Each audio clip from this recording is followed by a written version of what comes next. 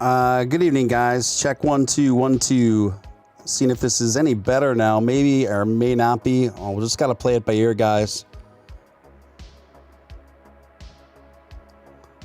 Check 1 2 1 2. Testing 1 2. This is Steven Steele.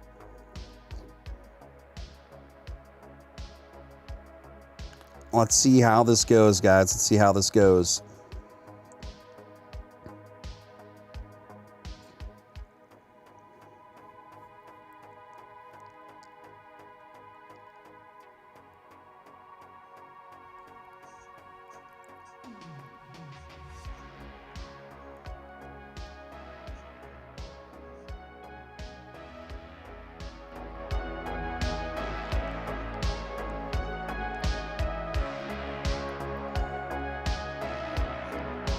Guys, it might be a little choppy, but let's see if we can plug through this, and hopefully the choppiness gets a little better. So you guys just got to keep me posted on how we're sounding. And Dr. Crypto, are you with me? Yeah, I'm still here. I am still here. Okay, yeah, sorry about that. It's just having some processing issues. Yeah, I don't know what's up, but let me see. I'm just looking at the chat. I think it might be a little choppy, a little laggy. I've done everything I know on how to remedy that, but I have had it happen before where I come across this for a bit, and then it just smooths out after a little bit. So I'm hoping it smooths out. People are saying it's not choppy at all on their end. You know what it could be? It could just be choppy on my end, but not choppy as far as it's coming through on their end. And that's great. I can deal with that. So yeah, I apologize about that, guys. My apologies to my guest. Just doing the best I can over here. Guys, people are starting to trickle back in the chat again. That's great. As you do that, if you could just hit that like button again, and so we can your fellow viewers can, it'll be easier for them to find the stream again, and we can pick up where we left off. And hopefully with most of the people that are watching the chat previously back on board. So before our interruption, Dr. Crypto, what were we in the middle of talking about? Do you recall?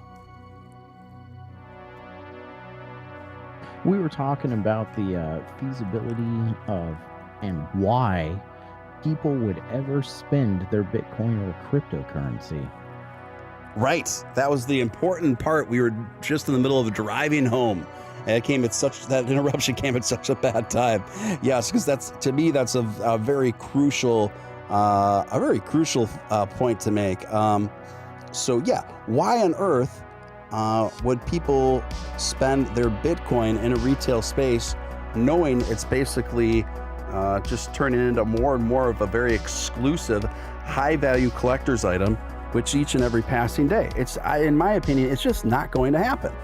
So again, that's where I think once people start waking up and realizing that, they're going to even see the value and the utility of DOGECOIN that much more, and that's where I think things could even really take off, even much more so than what we've seen recently. So yeah, what your thoughts on that? Yeah, so what I was saying was, it's really got to get to a point where the volatility is gone and everything just kind of stabilizes out at a price point before people really should feel comfortable spending any of their crypto in a transactional fashion. And everybody here doing what we're doing right now is still just so early in this, and the price growth has so much room that I think it's going to be a while before people really feel comfortable transacting, other than just to support and show that this is the future, right? Like the hardcore true believers, like that.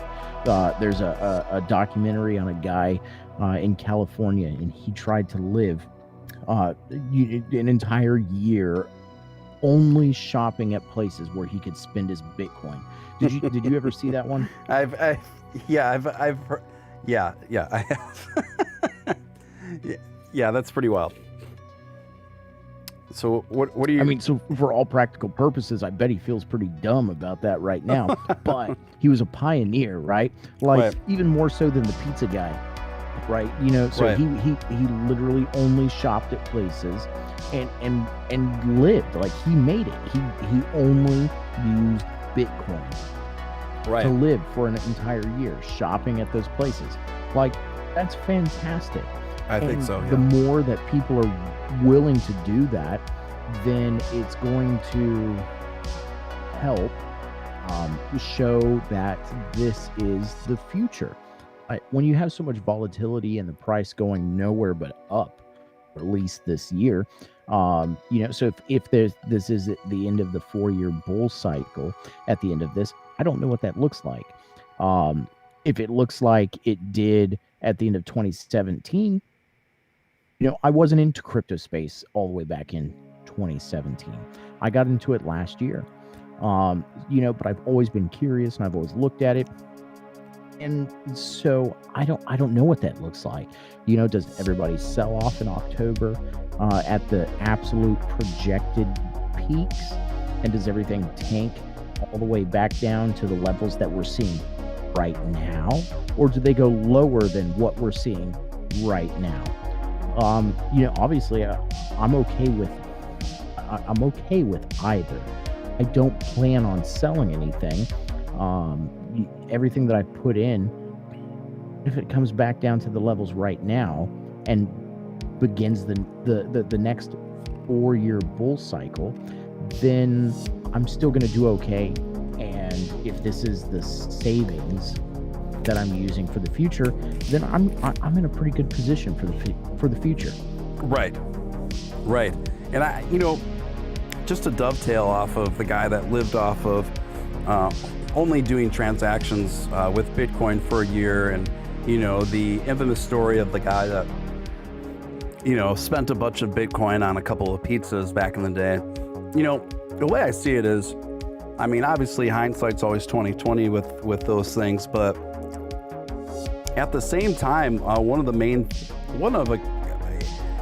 basically what I'm saying is people actually spending Bitcoin in a retail space back in the day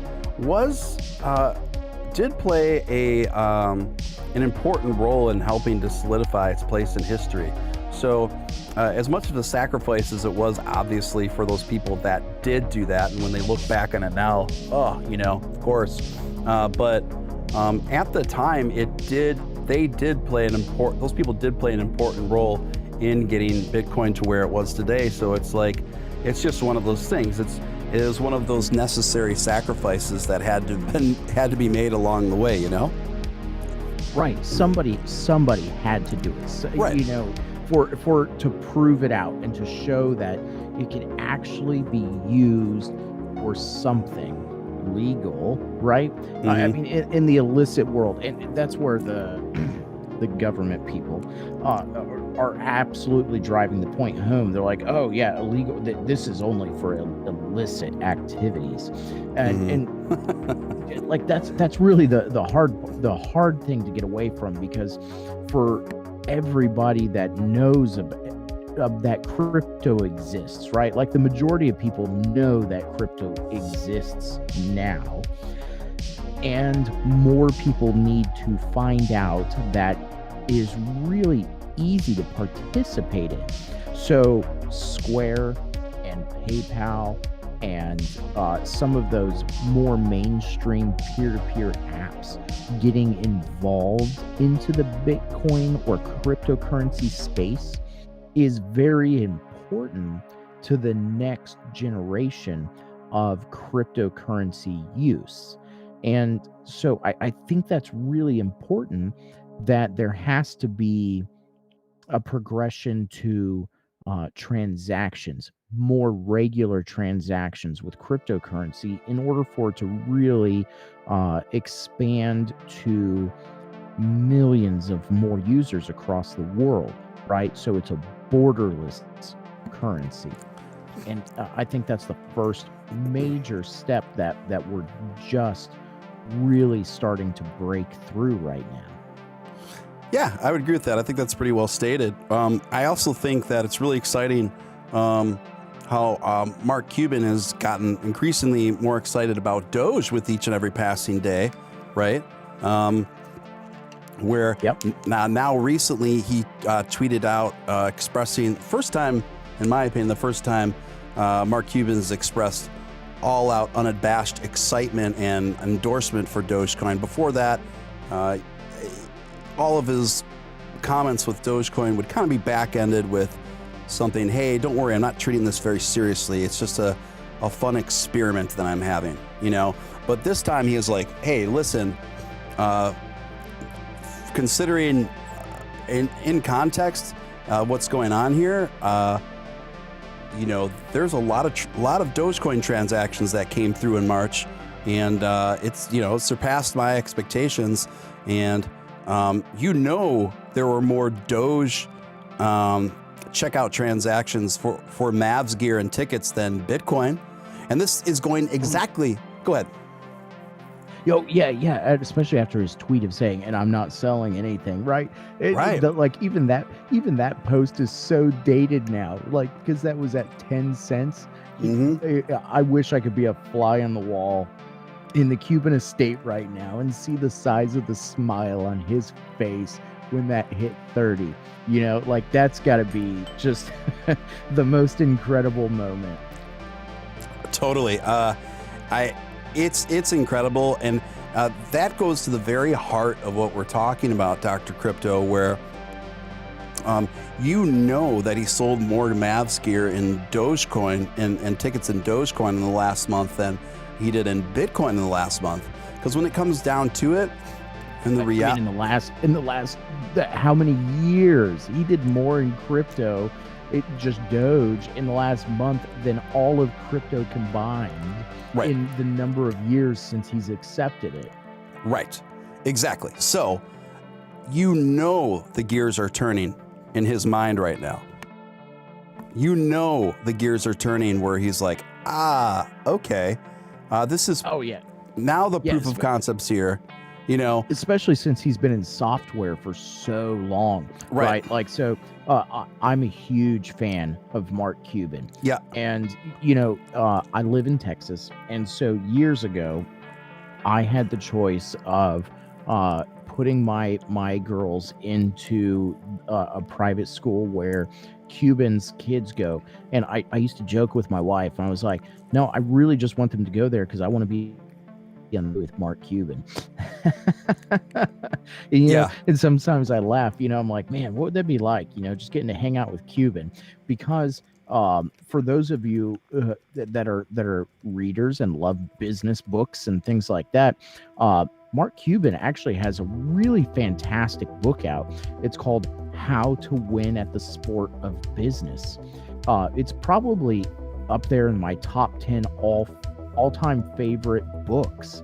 I sat down and read it in just straight through one reading, right? Like, I just sat down, start to finish, cover to cover, and I absorbed everything in that book.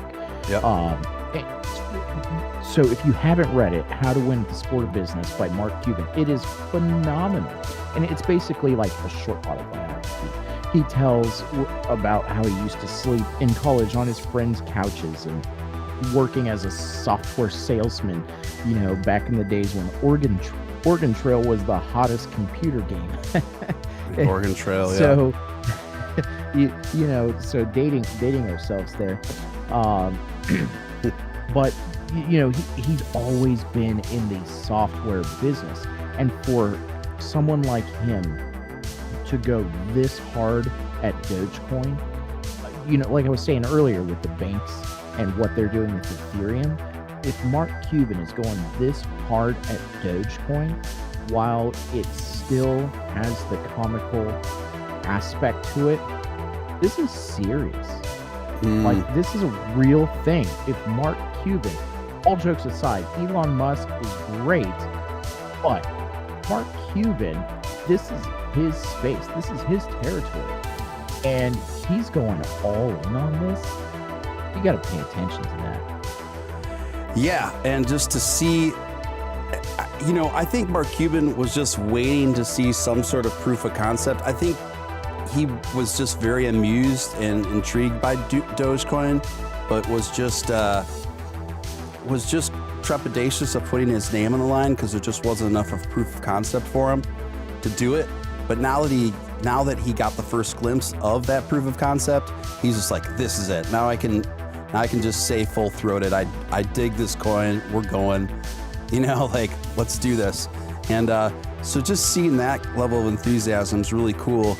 And that Mark's perspective on Dogecoin has to have rapidly evolved, just seeing what's transpired in the last 48 hours here. So he's got to be excited, especially considering when you think about the value of the Dogecoins that have the value of those Dogecoins now that have been given to him through Mavs gear and tickets. He's got to be through the moon about it, don't you think? Yeah. I gotta go look at the numbers. What do you say, like 550 million or something like that? Yeah. And then apply today's pricing, right now's pricing to that. Yeah, like that was the single best decision that he has made financially for the franchise in the last decade. Like there's been nothing more profitable for him, especially if he holds, especially if this goes to dollar, and especially if more people just go purchase from him from this, just for the sheer fact that they can, right? I think that was the point, was so many people that aren't even sports fans went there just to buy because they could. Right. Yeah, really good point. Chat, if you could do me a small favor, I'm just going to paste the tweet that I just sent out that has the link to this stream so that your fellow viewers can find where we went. And if any of you have Twitter, if you would consider retweeting that, that would be appreciated. I'm going to field a couple questions that have been building up in the chat here. Jordan says, Stephen, how do you feel about having the ticker set to live in comparison to 1 week? Yeah, good question. And I knew someone would notice. This is the first time that I've put the chart at 1 week tonight. And the reason why I was doing that, I could do it live. Also, the ticker is live, guys, but the chart is for the week because I don't like people to freak out. So when you zoom out, you can see how far Doge has come, and it puts things in perspective. When I go live here like this, we could do that. We could leave it up there too. I really don't have a strong preference. I've noticed when put the live chart in this fashion, the way Robinhood has it set up without the detailing, people tend to freak out unnecessarily. And I realize I'm kind of experimenting. I usually have more detailed charts up, but personally, I just like the aesthetics.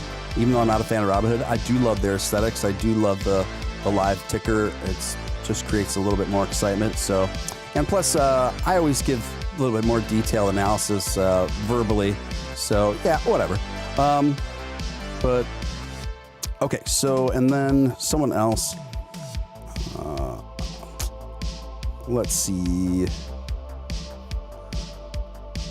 Ryan asks us, is $100 a coin for Doge seem realistic?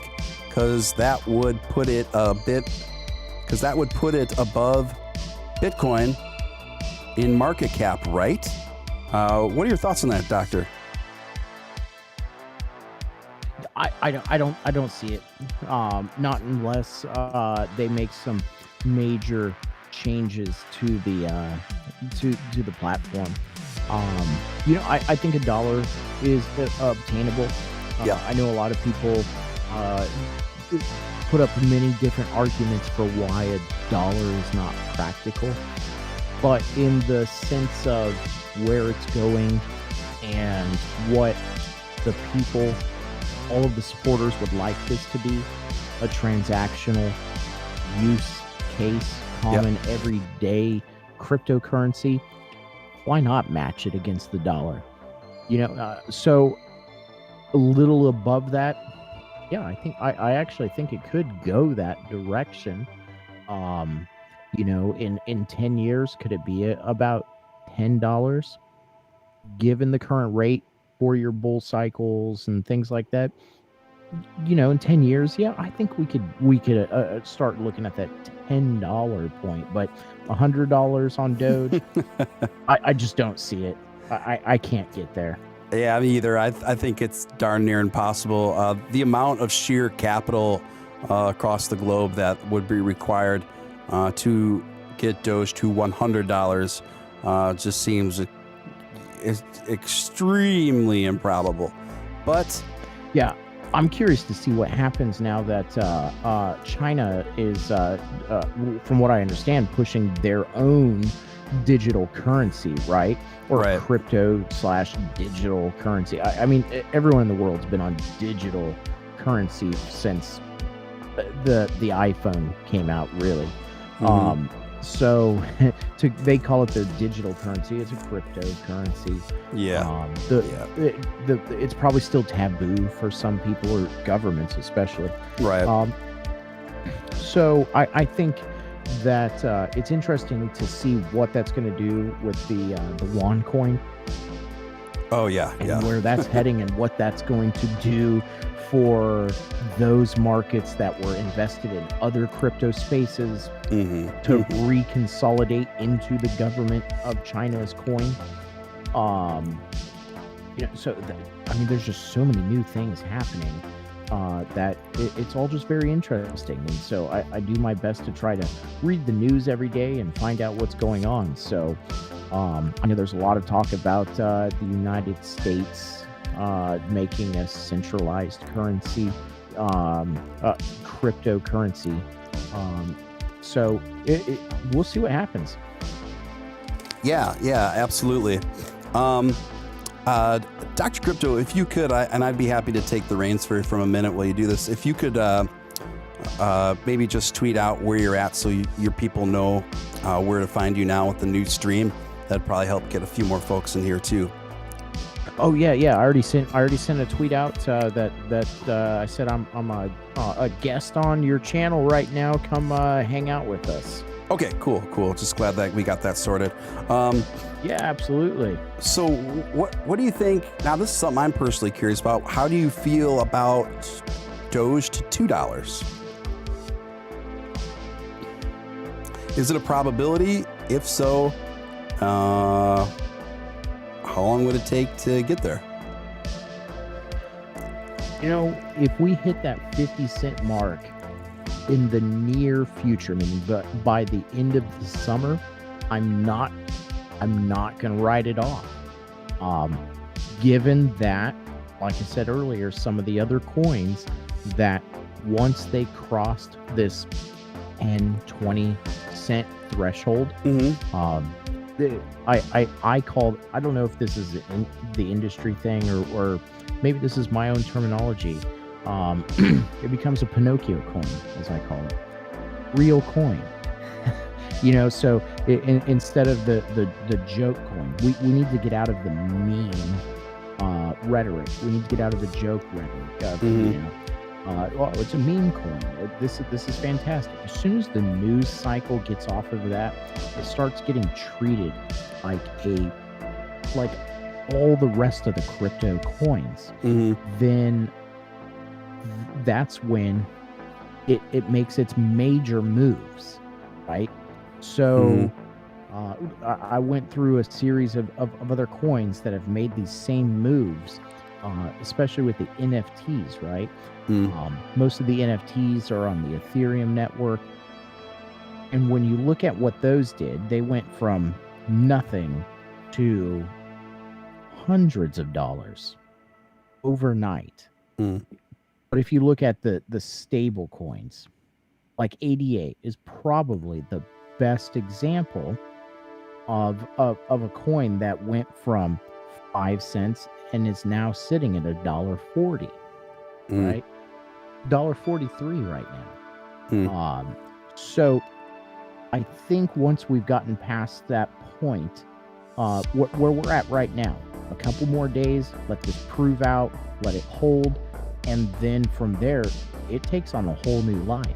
It's a real coin now. It's no longer a joke. And I think that's what the news cycle, the social media, everybody needs to stop saying, oh, this is a meme coin.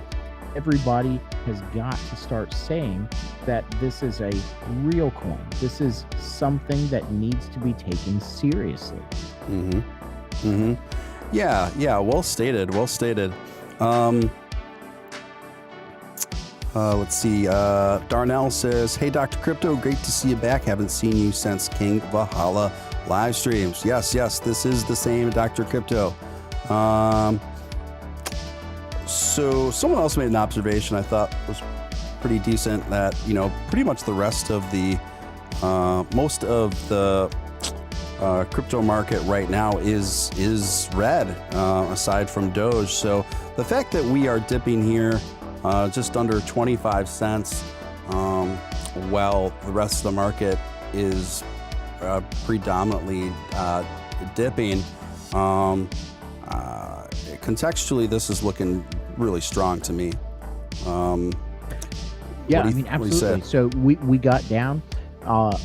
We almost touched 22, right? We got into the high 22s with the very low 23, and we bounced, and we're heading back up for this hour on my chart. So I use Kraken charts for my charting, for consistency across worldwide views, because Kraken is used internationally.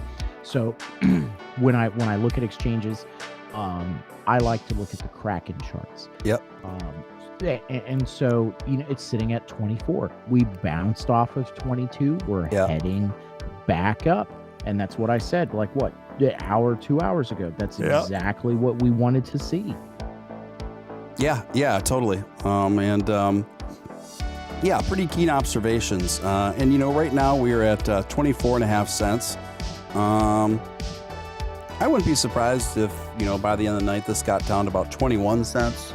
It could even go to 20 cents tonight, guys. Like I said, if we can hold on, I would be through the moon if we settle anywhere above 20 cents or above at a floor. I think would be a phenomenal accomplishment.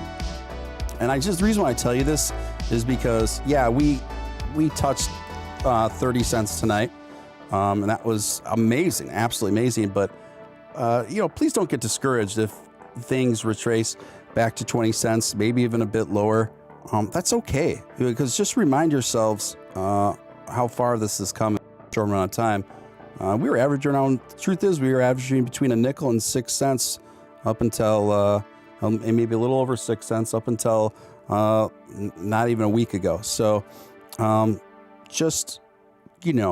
worst case scenario, this thing falls a little bit below 20 cents or so. Just look at how far it's come and where we were just a short time ago.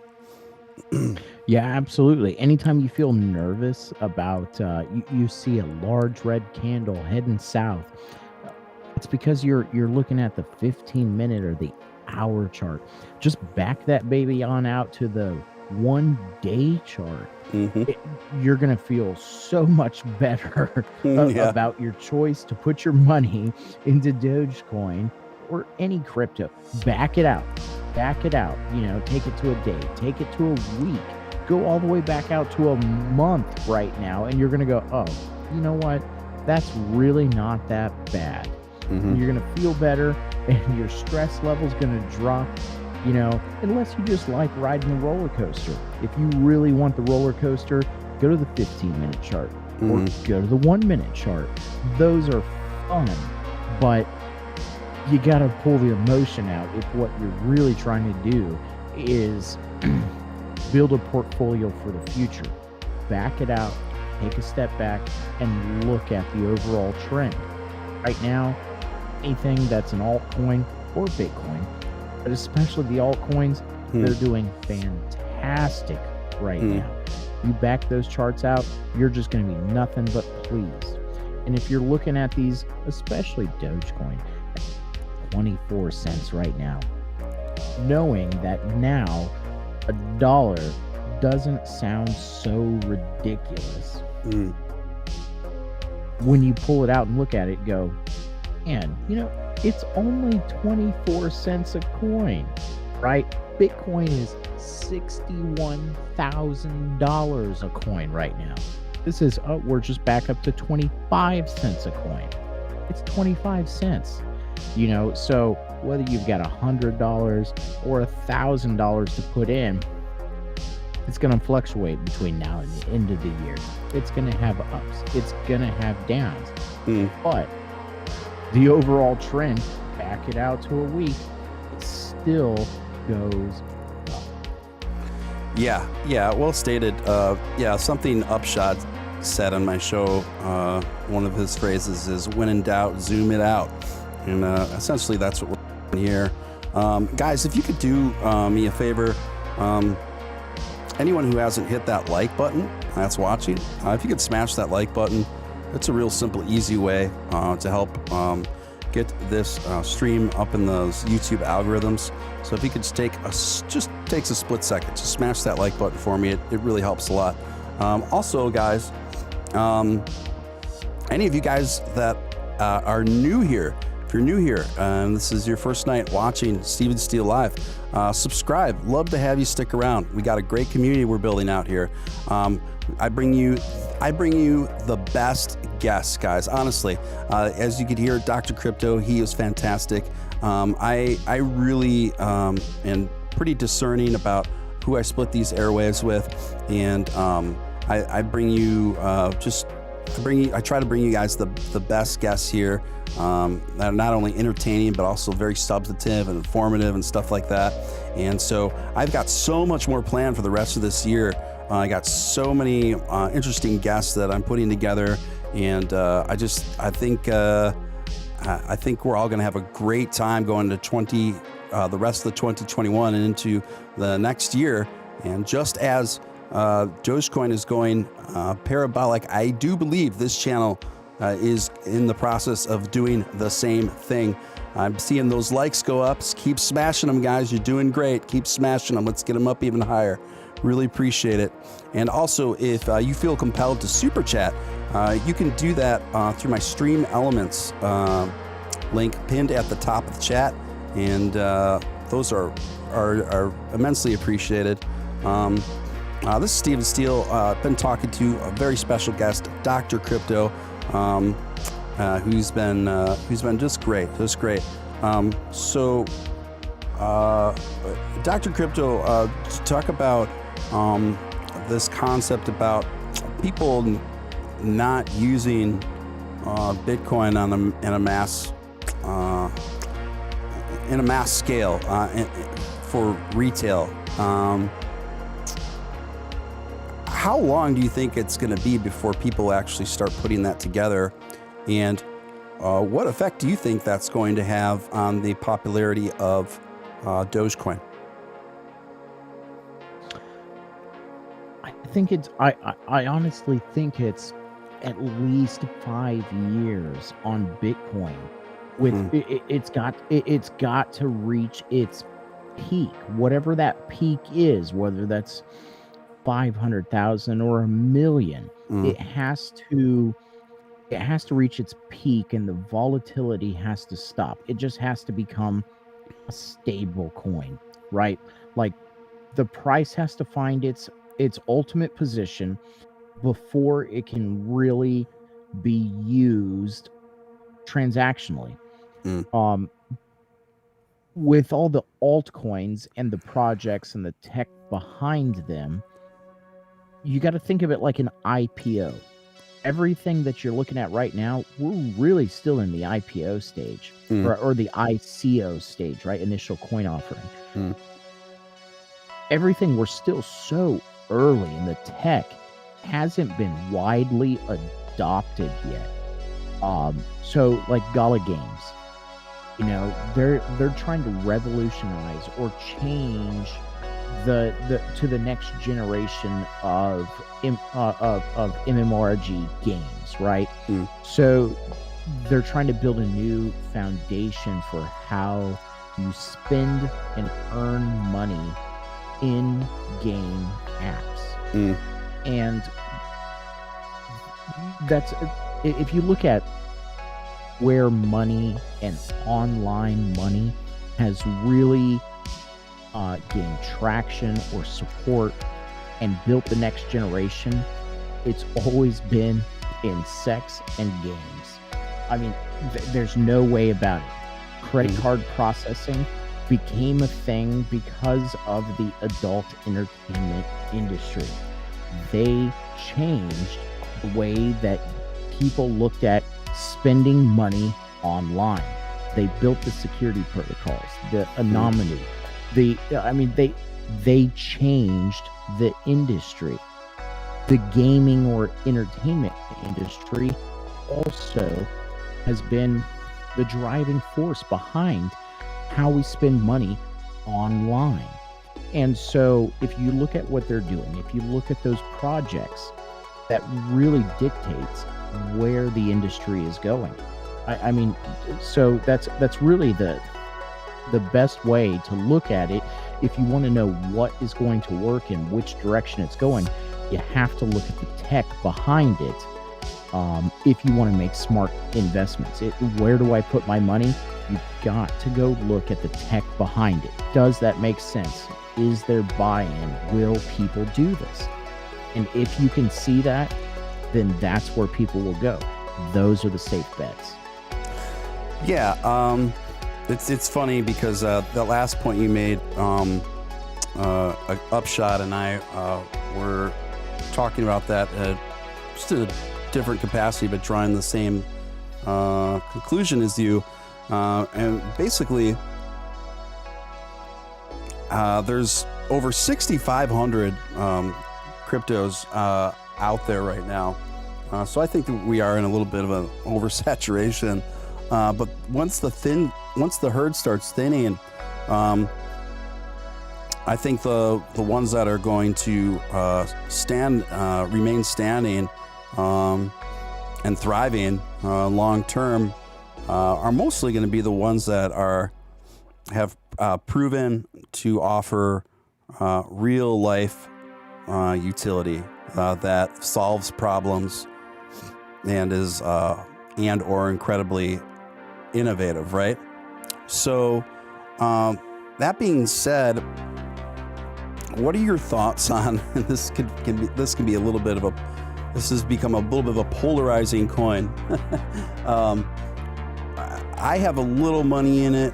I had more in it, and then I transferred. I took some of it out to put in what I prefer to safer investments, ironically. But I left some in just because I want to see what it does, and I think it's got an interesting. I think it's got an interesting model to it, and it's got a very determined community behind it. So that, as we know, that can be worth a lot in crypto. But do you have any thoughts on Safe Moon? I think it's been interesting to watch, and it's still, from what I understand, a bit too complex for me to purchase the coins. Yeah, there's far too many steps. So currently, I have crypto on PayPal, Anchor, and Bittrex.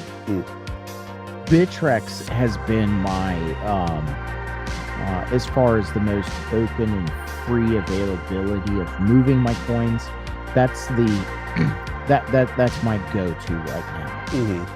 I definitely wanted to support the movement in PayPal. So I put $1,000 into across all 4 coins that they offer, just so I have it there.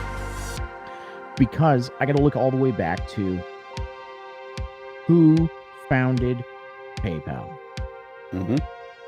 Elon Musk, right? Like Elon used to be a part of PayPal. So I had to put $1,000, spread it across the cryptos over there, in the hopes that something will happen with that to make peer-to-peer transactions more accessible and easy to use.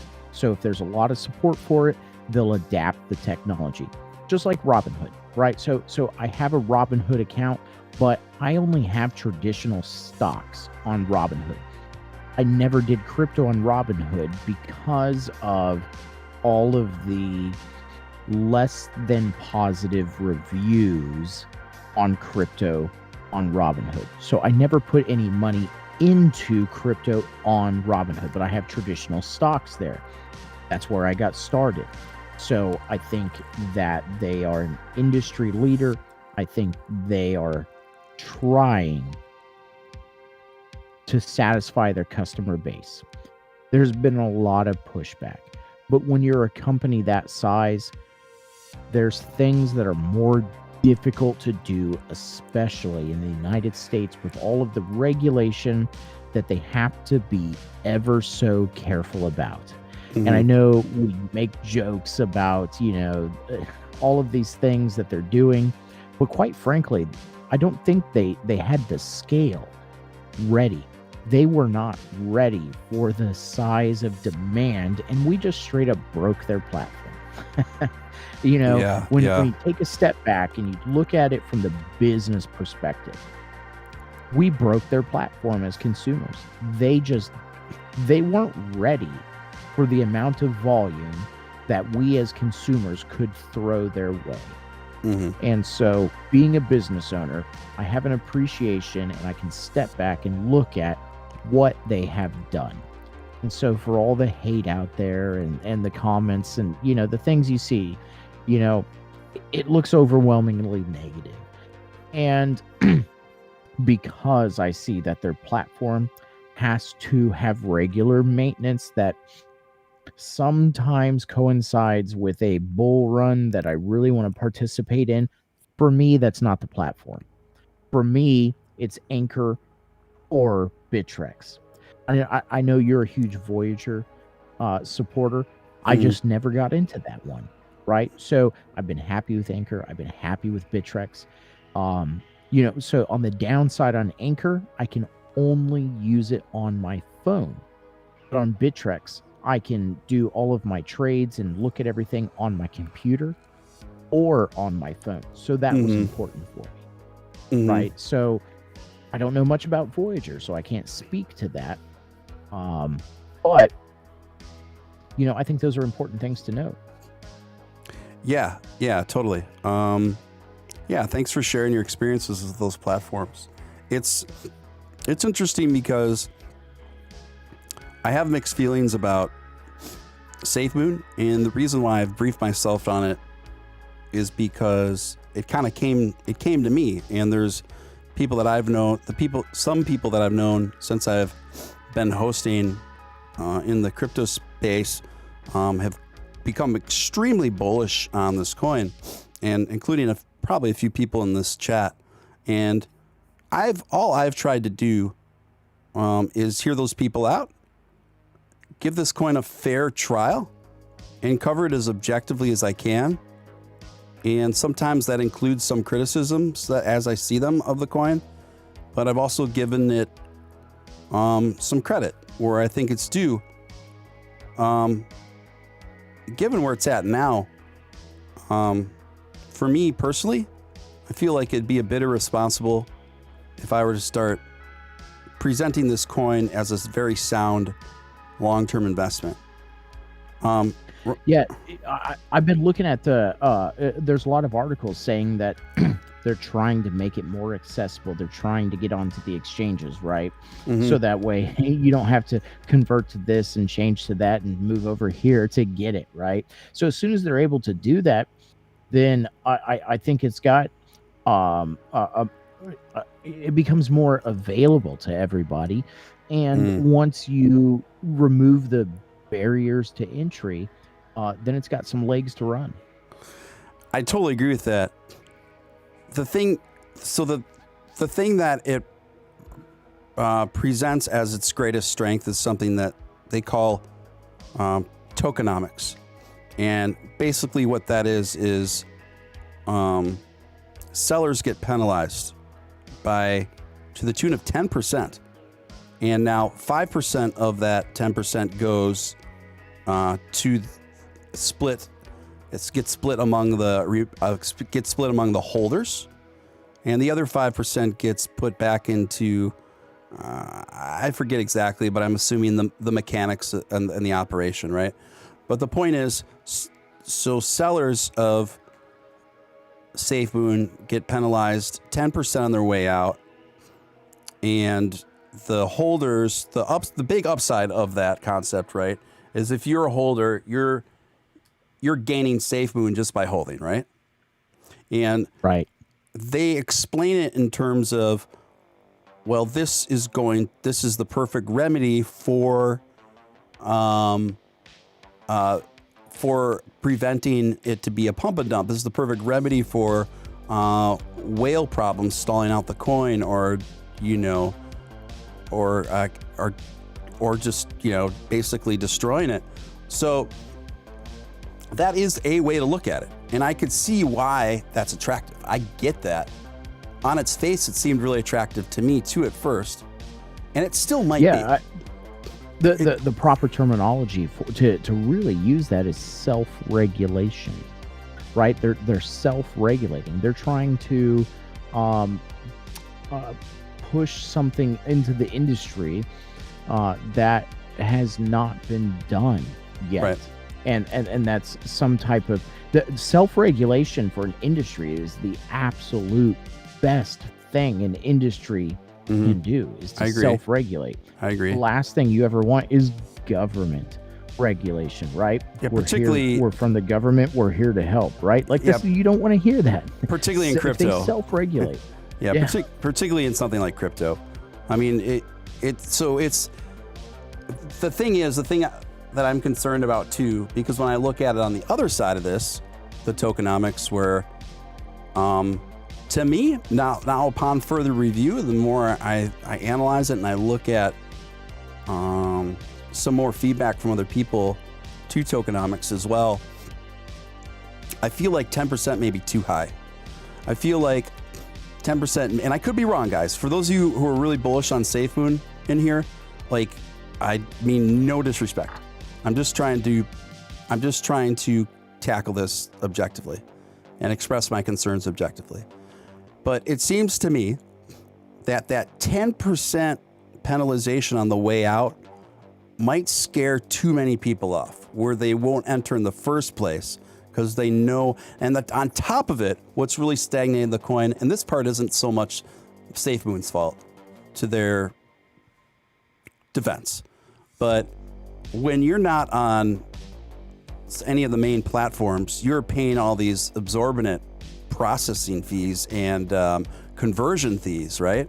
So now, not only are you paying 10% back to SafeMoon, but you're also getting hit with another at least 10% in pancake swap fees or whatever else, and now you're out like nearly like 25% just because you wanted to dabble in this new coin and give it a shot.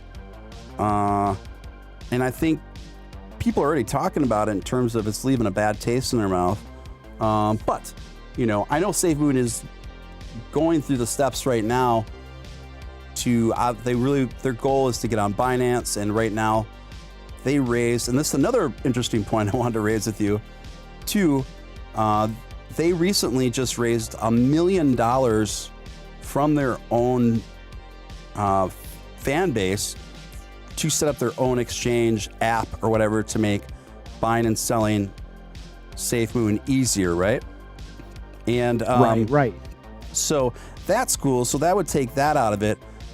But I have to say, again, in all transparency, when I see the CEO, who I've praised previously, because I think his heart's in the right place, and I think he offers a lot of gusto and moxie and enthusiasm and dedication towards the coin that I think is very impressive. So I want to say that firstly. But at the same time, when I see the CEO of SafeMoon tweet out asking to raise $1 million for this app from people who are already invested in giving them their money, because they weren't able to come up with the funds for this project themselves, instead putting it on the financial burden of your core investors already, it just rubbed me a little bit wrong. I just got to be honest.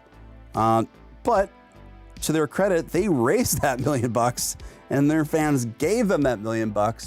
But to me, as much as I love Doge, and I do love Doge, let's say there was a CEO of Doge and then he was asking me to pay for a Doge exchange after I've already invested thousands of dollars in that coin. Right.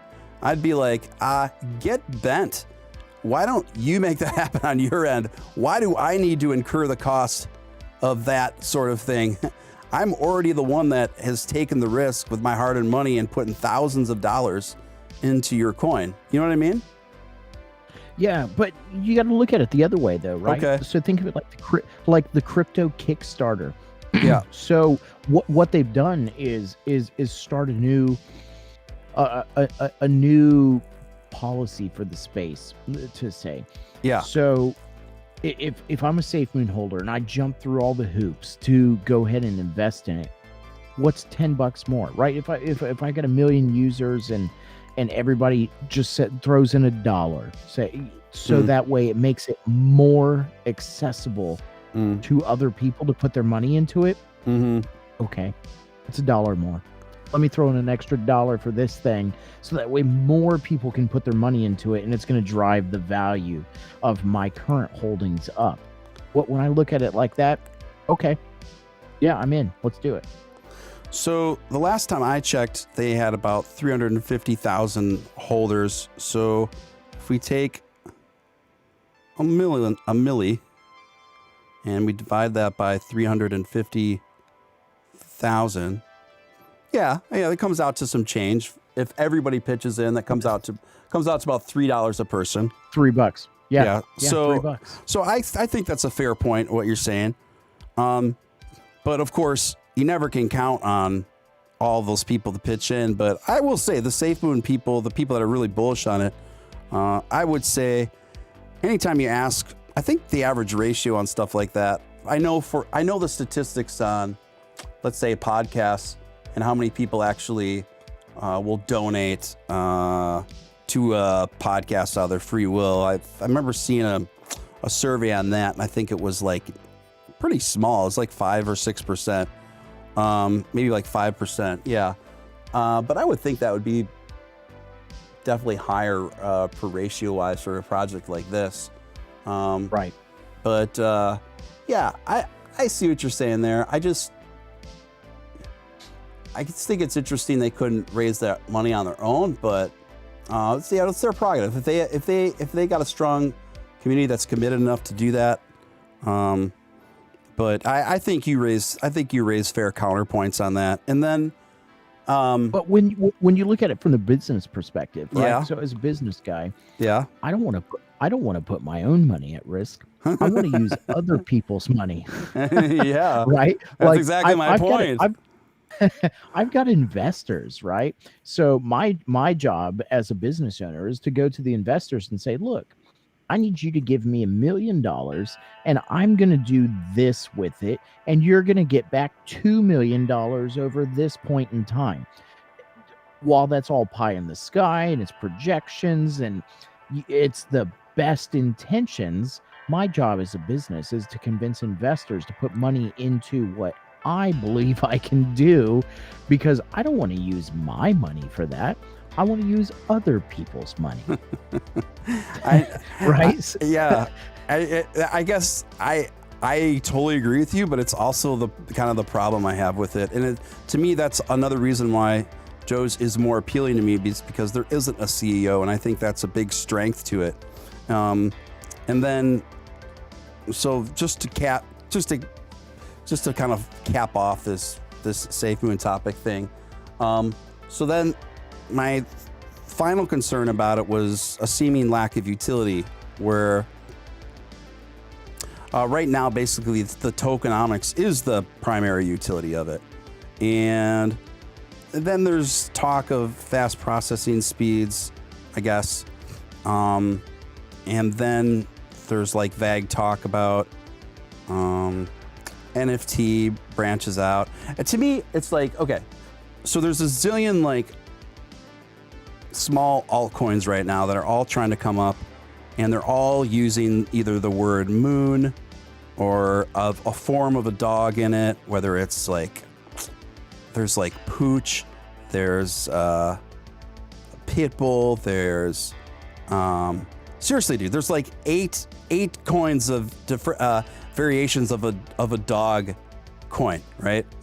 And I feel like people are just the developers are just like playing like I feel like they just take like the same, right now they're just taking the same 12 words and they just put each word like on a piece of paper, and then they put it like in a jar, and then they shake it up, and then they take the two of those pieces of paper out, and that's the name of their coin. And so it's just an interesting thing to watch. And the thing is, the majority, I mean, just to be honest about this, the majority of this is happening because of Doge. It's because they're trying to dovetail and ride on the coattails to a certain degree off of Doge's marketing strategy, Doge lingo, and things like this. You've always got to look at the social trends, right? Right. I mean, since the advent of social media, there's how many different platforms, right? So social trends are definitely an impact across every aspect of what we do, marketing and advertising. So yeah, absolutely. So when I scroll through my Twitter feed, it's Litecoin to the moon, Ethereum to the moon, right? Everything is to the moon. Why? Because the biggest investors are going to the moon. Right. And now you've got to Mars and all these different things. So right. I think they're just playing whether you want to call it the heartstrings or whatever terminology you want to use. Yeah, I think it's smart of them to use that, as long as there's good intentions and there's good practical use behind the technology. That's what's important. Yeah. It's just, to me, it kind of seems like, well, for example, and I get tons of messages all the time about people telling me to check out like various very small altcoins, and they usually all look the same way as far as the messages go. They're always like, hey, you really got to get on this. It's about to 100x. You really got to tell people on this. Don't miss out, blah, blah, blah. It's the same pitch every time. And of course, right. I just get really jaded because, of course, 98% of the time, these coins do not 100x. But yet everyone's in my inbox all the time telling me to talk about a coin on the air because it's about to 100x. And if I know what's good for me, I'll start covering this coin. Yeah. So right. I mean, you could look at like Chiliz, right? Right. Or Chili's, or however you want to say it. Which did 100x.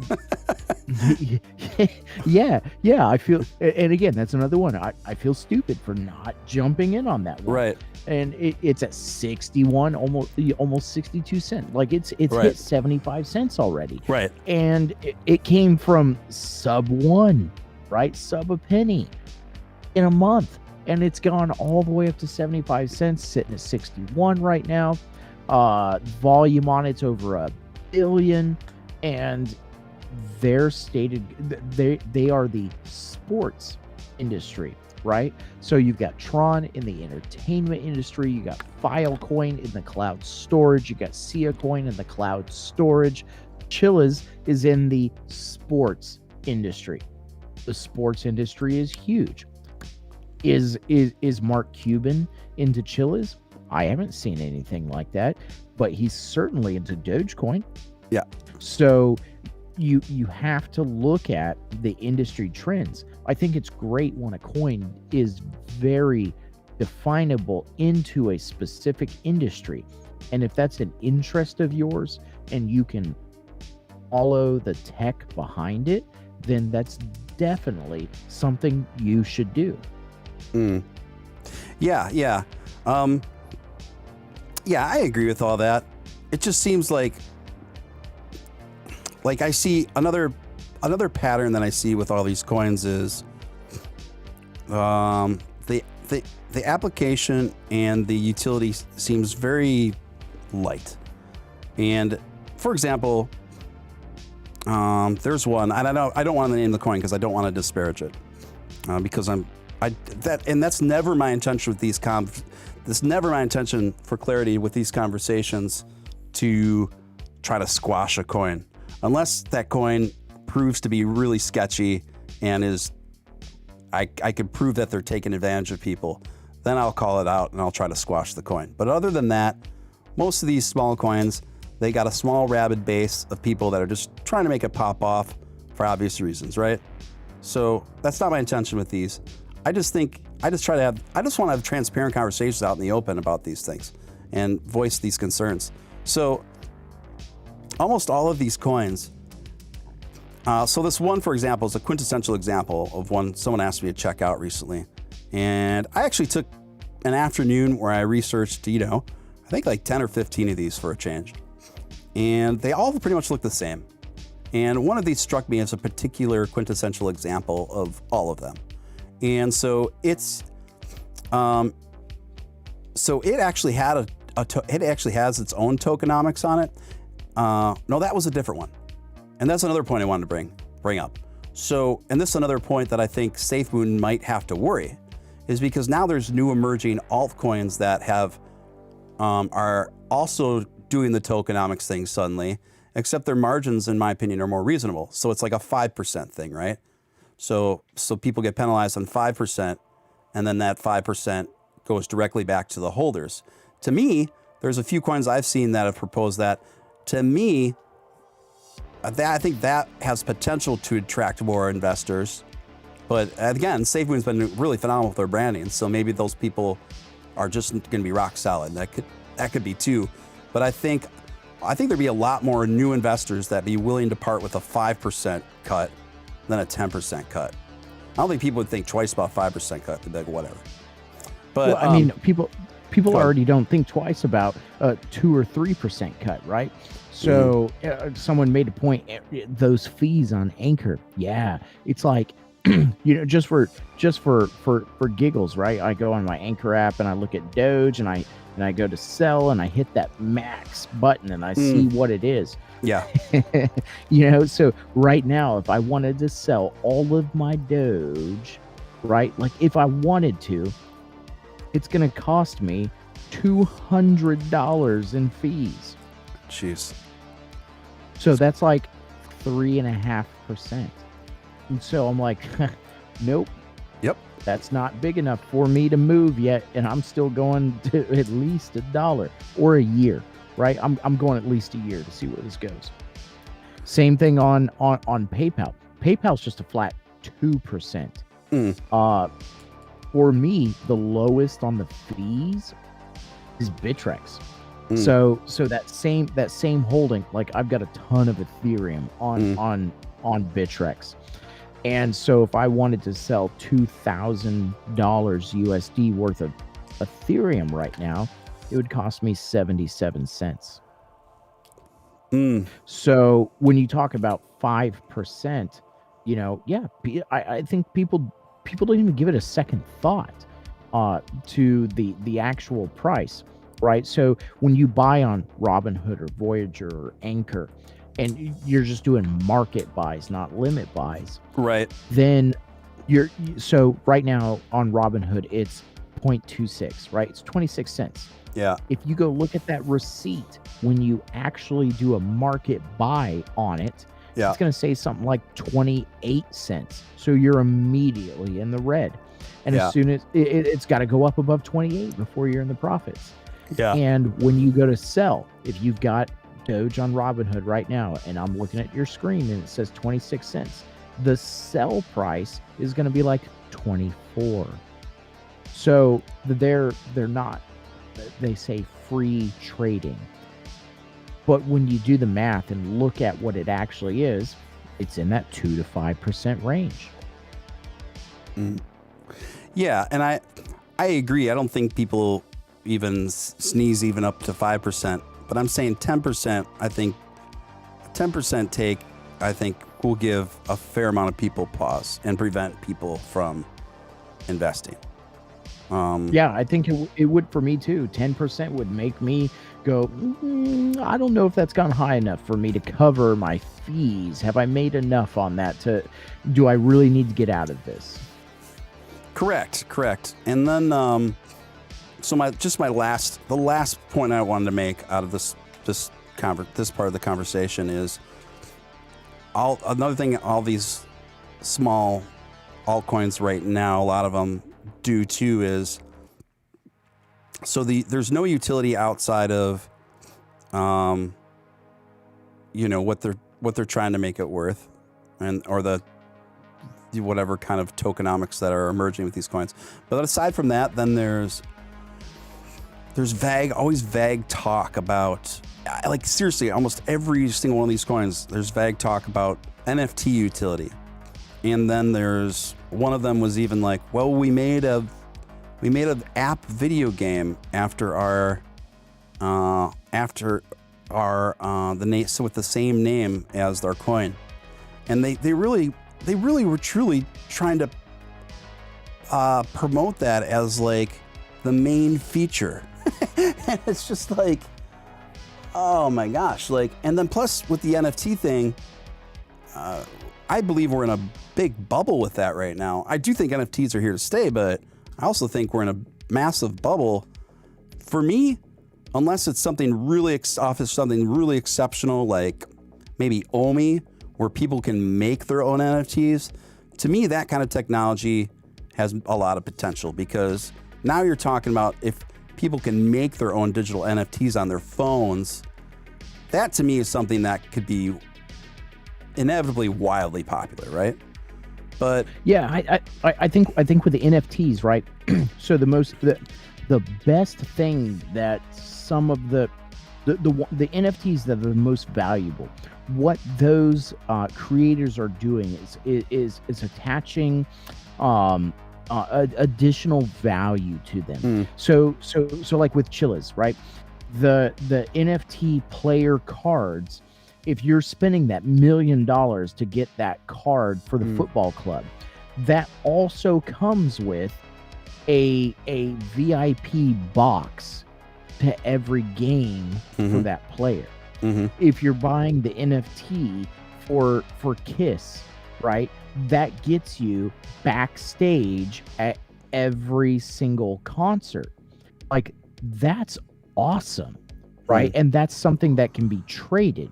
So normally, if I want to buy season tickets to a Mariners game, that's it. I just paid for season tickets.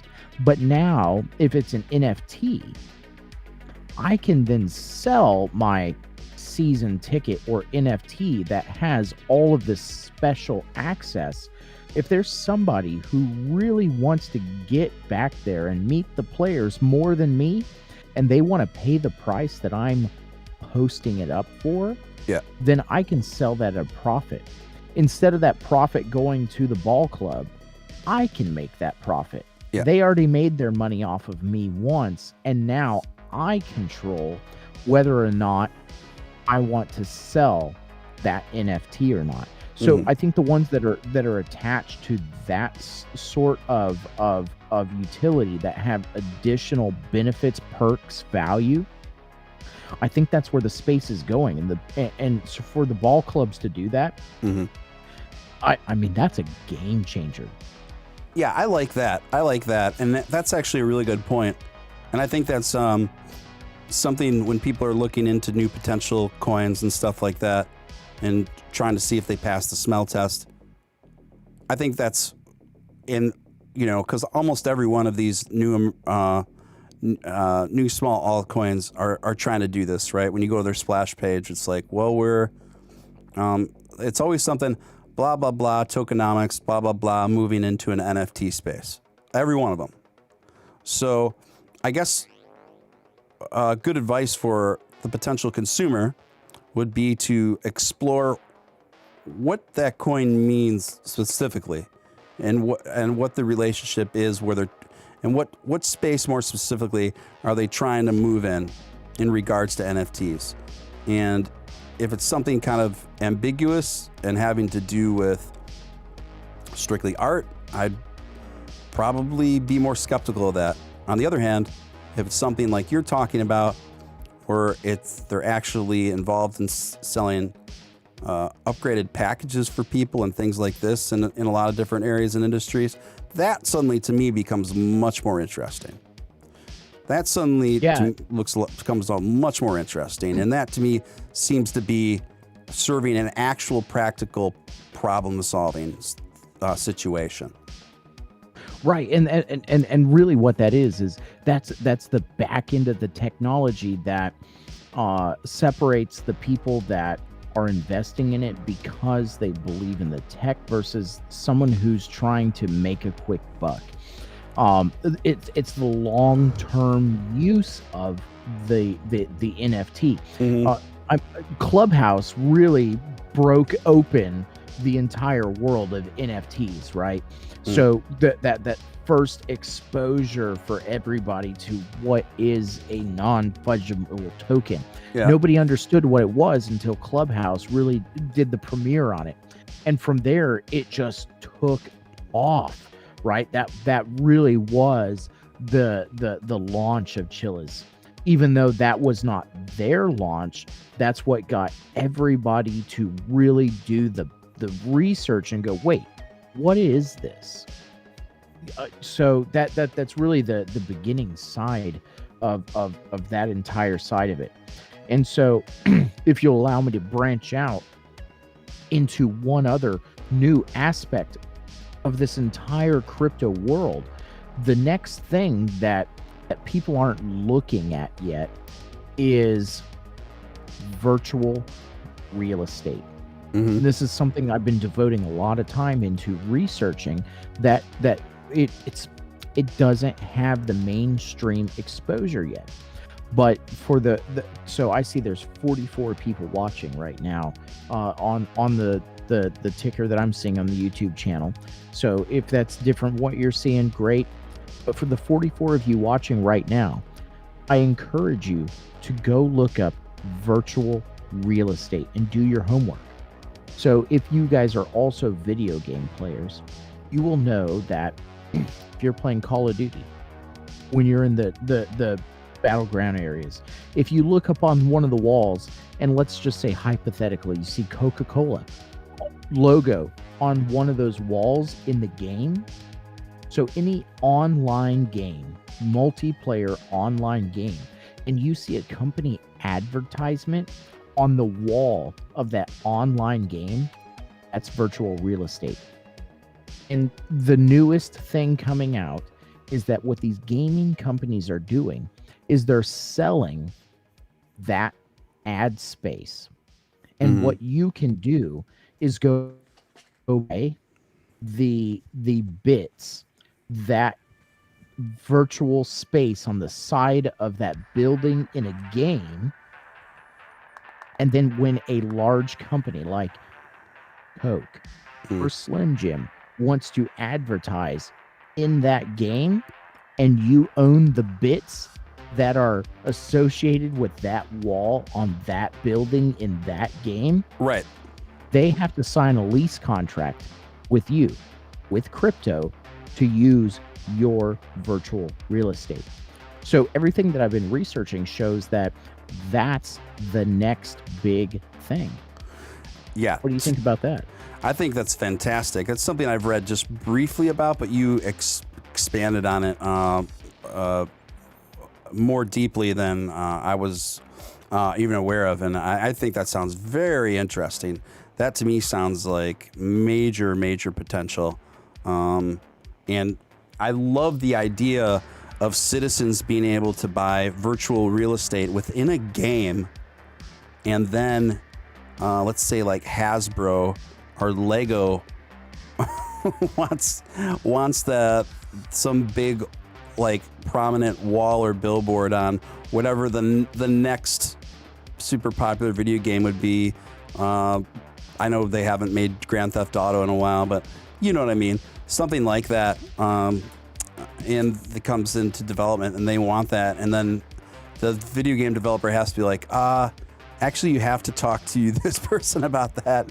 They own this space, so you need to negotiate. Right. It just becomes a smart contract, right? Yeah. And so again, that's on the Ethereum network. So it's just a smart contract where they say, oh yeah, you know what? Actually, that side of that building at this particular point in the game is owned by this person. So the game companies are financing their next game project by selling virtual digital space on their previous games. Like it's mind blowing the possibilities of that, because all they have to do is release a patch. They just have to push an automatic update to everybody's game. So when you reach that high capacity battleground space that everybody is already congregating at, those are the high value spaces, right? And from my research on that, it's only like 15% of that real estate is sold at this point. There is so much potential in this that, right, getting into real estate is expensive, especially commercial real estate, and it's not obtainable for the consumer investor. But for the retail investor like us right now, that's absolutely an obtainable space for us to get into. Yeah, so there's some good questions in the chat about what we're talking about right now. One person says, why would video game developers sell that real estate to gamers or whoever instead of selling it themselves? And then someone else said, they aren't selling to the gamers, it's to the corporations. So do you think that there is room for just an everyday investor to involve themselves in purchasing digital real estate? Yeah, absolutely. And it's because it's such a niche market and it's not exposed yet, right? Like nobody's thinking about this. And really, this is such a rogue off-topic thing that I found, right? And really started digging into, how do I do this? And so the reason the gaming companies are selling that space is because if you think about most gaming companies, they're a bunch of coders and developers. They don't know how to market and advertise. So if I go by the side of a building in Call of Duty, really what I need to do is reach out to other various companies and say, hey, I've got an opportunity for you, and I'll sell it to you for this. That's what the gaming industry is depending upon. Is they're trying to get real estate investors to move into the virtual space to finance their next game. And again, it's exactly what I was saying earlier. Use other people's money. Right. So that makes a lot of sense to me, because there's obvious. So the guys, what basically, and correct me if I'm wrong, Dr. Crypto, but basically the point, maybe if I can explain this another way to have it even sink in more. Basically what Dr. Crypto is saying is there's no shortage of new upstart video game creators working on bringing new games and new video game companies to market. And in order to do that, obviously it takes a sizable investment. And so if you're willing to, it's a bit more of a risk, because these people, some of these video game developers aren't going to be as established, but because of that, they're going to be open to whoever wants to buy virtual real estate to help fund their project and bring it to market. And furthermore, it's because it's such a brand new concept that I think there's going to be a pretty solid window of time before corporations really start catching on to this thing, where independent investors can seize that opportunity. Would Would you say that's accurate? Yeah. So the major corporations, right? So if you go through the history of what corporations are using to advertise, they are in the peak of, let's call it just online advertising. They're buying marketing data and just online mining online activity to find out where to advertise to their next customer. Yes. And since the gaming industry has opened up the possibility of selling the side of a building in a game, right? This is something they never thought of. But the crypto industry has gotten to them and helped those developers realize they have something very valuable, and they can create more and more and more of it. Because if you look at it in the world's perspective, the only thing that there will never be more of is land, right? You cannot create more land on Earth. And once it's owned by somebody, it becomes more and more limited. As cities expand and there's less farmland, there's only so many parcels of acreage that you can buy if you're an investor, and the price just goes up and up and up. But in the virtual world right now, that is unlimited and only limited by the game creators creating the next big game.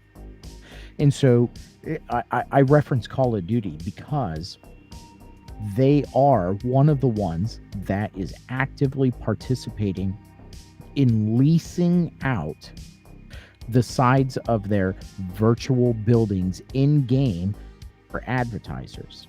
And there's more and more games in the online community starting to get hip to this and understanding the potential value of selling the side of some random virtual building.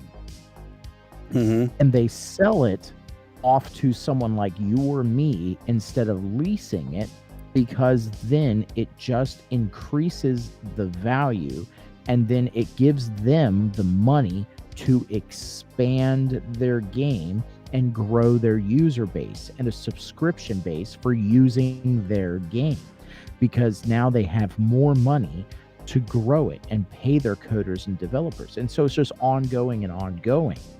And so there's really a really great potential in that for people now to start exploring that space. And so that's the only reason I bring that up. Yeah. There's a comment in the chat where, a guy is referencing a game called The City in NBA 2K21 Next Generation. Says the real estate is anchored heavy by big brands. Yeah, of course it is. I think the differentiation that Dr. Crypto's talking about is that not all the video game you're describing is from a very well-established company. So they don't have to worry about upstart costs or anything like that. But I think what Dr. Crypto's talking about is the potential of a lot of new upstart companies to be open to independent investors buying real estate within their games, so they can get those initial investments in. Is that right? Yeah, and that's really the key to it. And it's going to be the big games that adopt and understand this first, but it's going to be the new games that really blow this space out to its full potential, because it is expensive to develop a game, right? That's going to be there's a lot of what we call ghostware out there with games where they say, oh yeah, this next version is coming and it's going to be this and it's going to have this, and they show you the trailers, and then the game releases and there's like 500 upgrades and downloads you have to do in the course of a week, and Sure. it's just not what you expected. Yeah. It's because they released it too early. It's ghostware. They told you what they wanted to do, but they couldn't actually get there because they didn't have enough money. Right. We got a super chat in the meantime that came in from Tyler. Thank you for your $1.99, Tyler. He says, I won't name names, but the tech leaders that claim they care about the earth, carbon footprint, etc., are the same ones that have Bitcoin in their bios, which we all know uses a lot of energy for mining. Node time transfers. Thoughts? I guess he just wants your thoughts on that observation or comment. I'm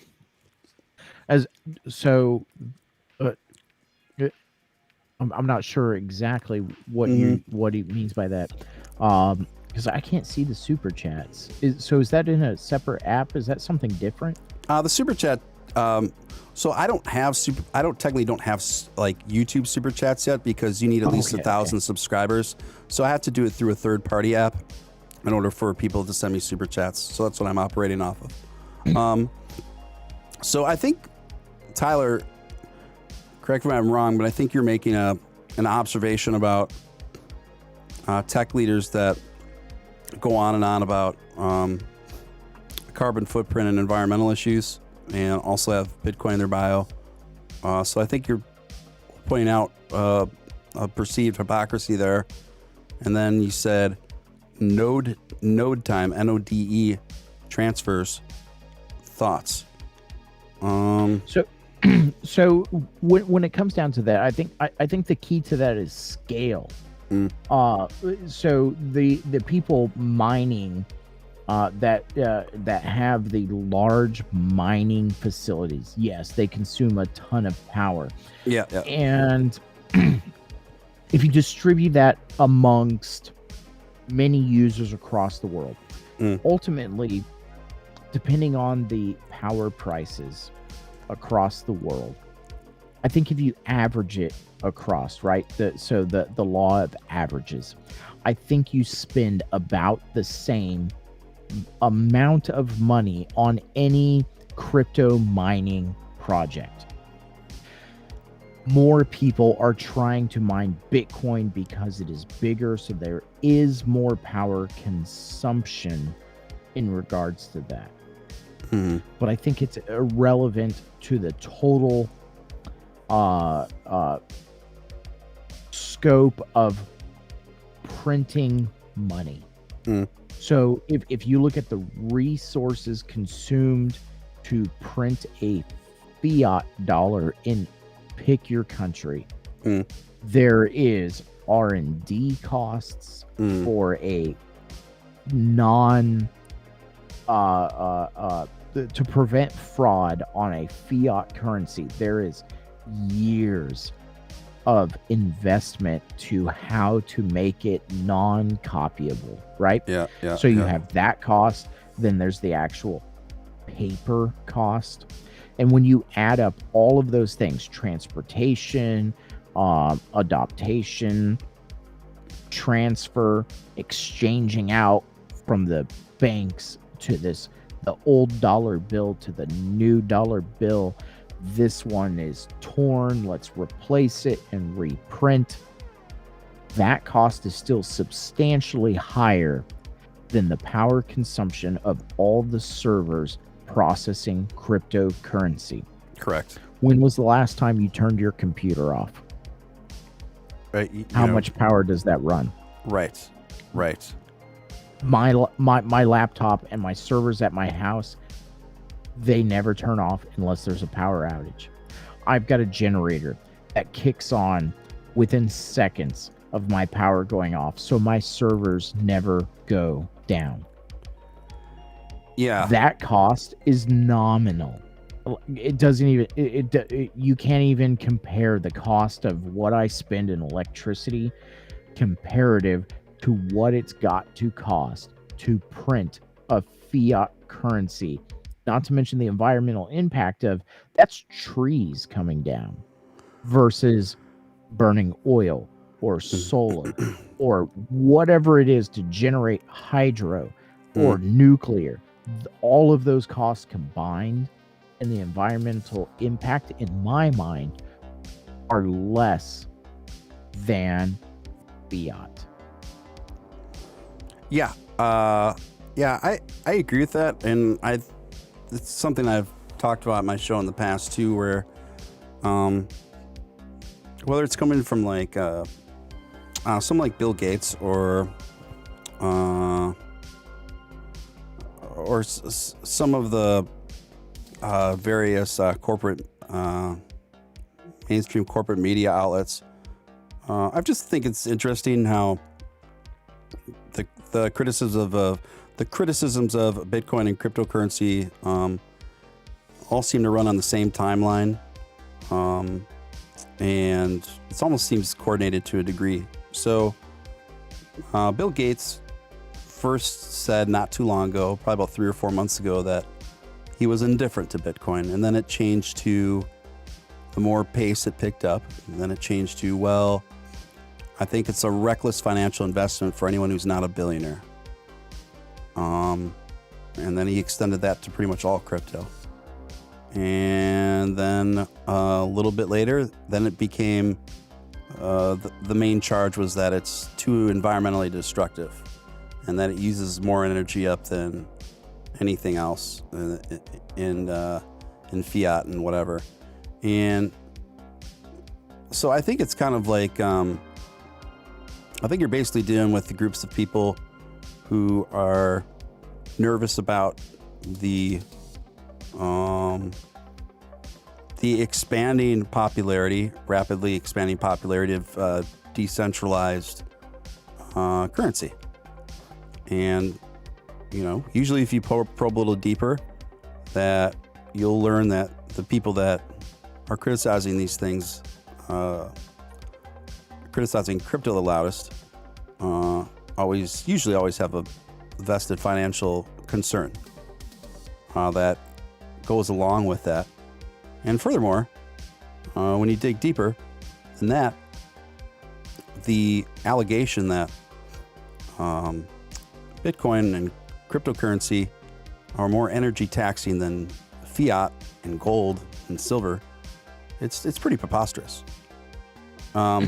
Something that I mean, on that point alone, right? So to mine gold, right? You have to pay all the people that are mining it, the machines, the smelting, the transportation.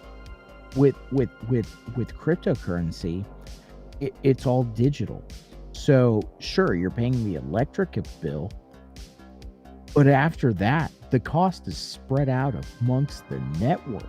Yeah. It can instantaneously be transported across the world for pennies. Right. If I want to send a brick of gold from here to England, my transportation cost is just unreal, right?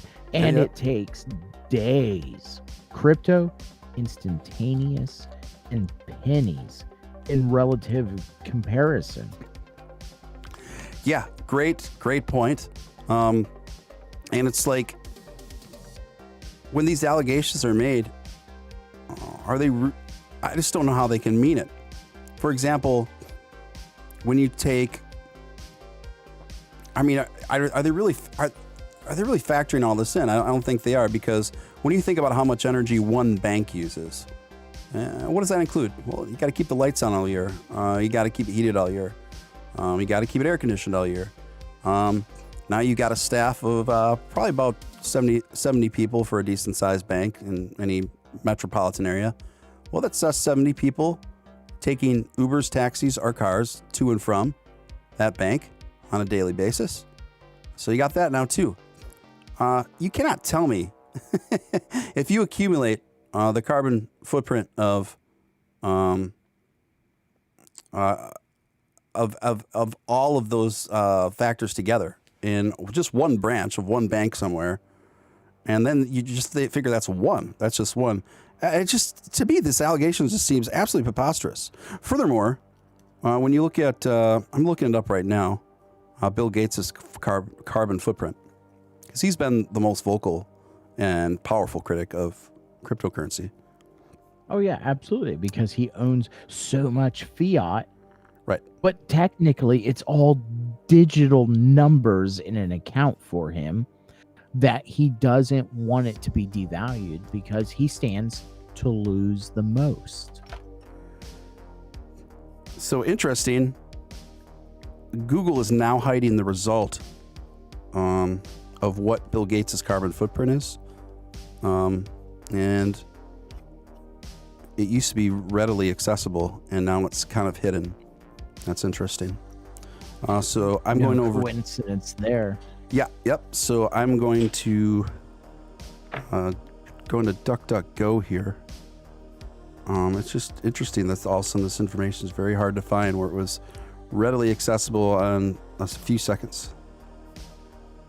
Let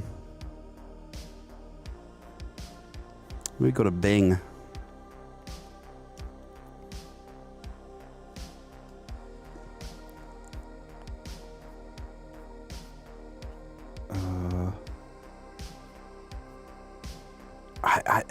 I don't mean to sound conspiratorial or anything, but it seems like getting a clear answer on Bill Gates' carbon footprint right now, it seems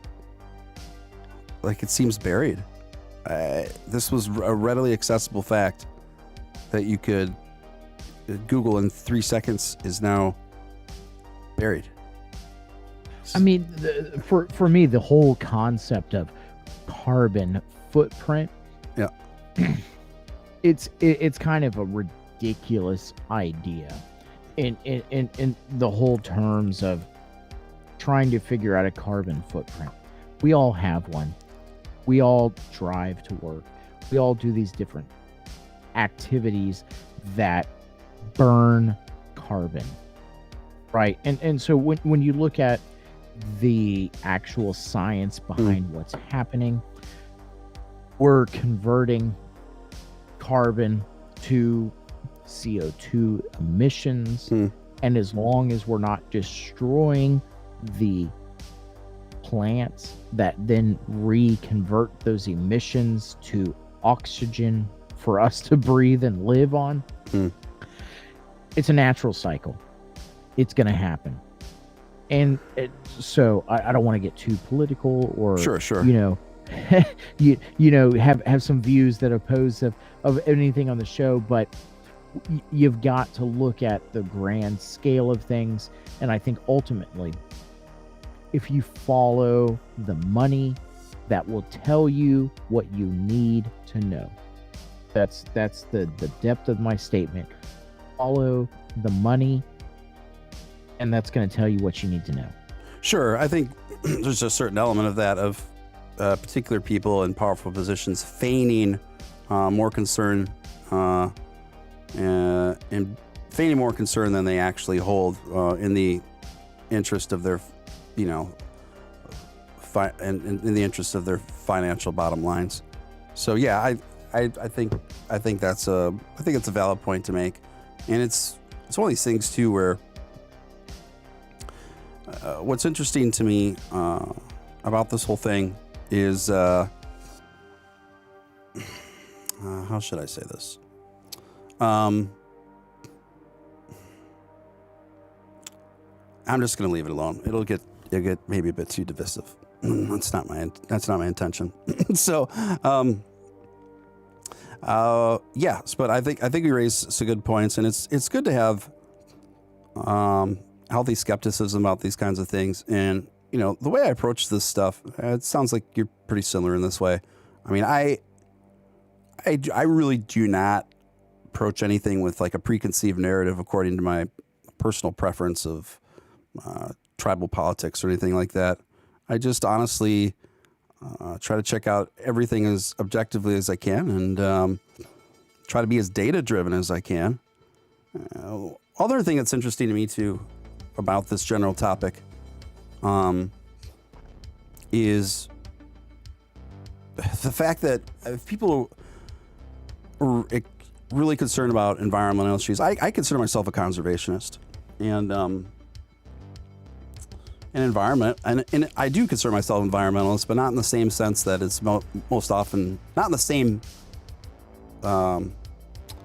same ways that I guess most people would associate or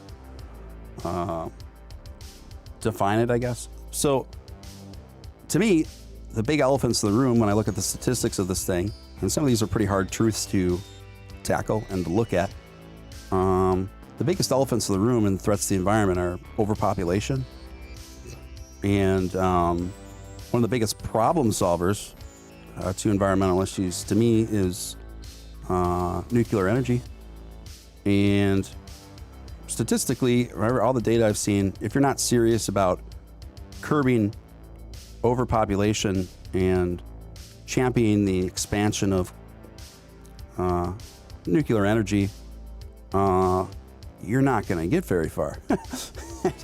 So it just seems interesting to me that these are two topics that, unfortunately, a lot of environmentalists ignore or don't favor, you know.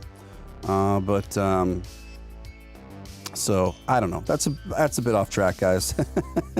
I understand. Yeah, I think I bring that back into a little bit of the crypto space, right? With our favorite human being, Elon Musk, right? Yeah. So one of the big things he's trying to re-pioneer or innovate the industry of is energy storage. Yeah. Right. So I know there's been a ton of terrible articles about the cost of Tesla's solar roofs suddenly costing $40,000, $50,000, $70,000 more than original contracts for people that wanted to install solar roofs. But I think that technology is about to hit in entirely new levels of innovation.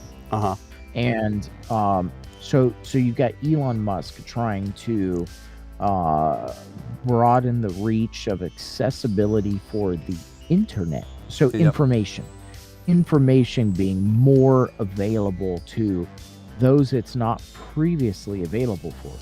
They're selling Tesla or Skynet satellites for less than what it costs them to make because they're scaling up so quickly that they're going to offset the costs.